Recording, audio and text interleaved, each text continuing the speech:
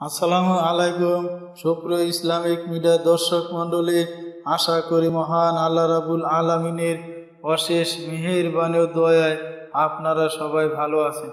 এখন আলোচনা করব জান্নাতের সর্বোচ্চ মর্যাদাপূর্ণ স্থান কোনটি সে সম্পর্কে বিস্তারিত জানতে পারবো। তাহলে চলুন আলোচনা শুরু করা যাক।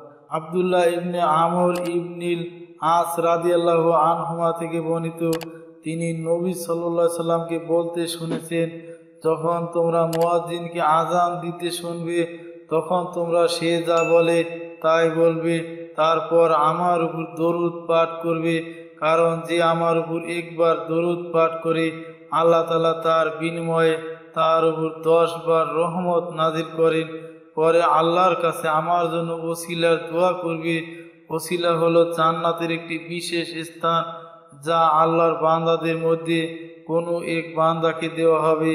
আশা করি যে আমি হব সেই বান্দা যে আমার জন্য ওসিলার দোয়া করবে, তার জন্য আমার শাফায়াত বৈধ হয়ে যাবে।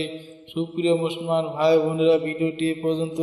ভিডিওটি শেয়ার করে সারা বিশ্বে ছড়িয়ে দিয়ে ইসলাম প্রচারে অংশীদার হন এবং আমার চ্যানেলটি সাবস্ক্রাইব করুন ইসলামিক ভিডিও পাওয়ার জন্য।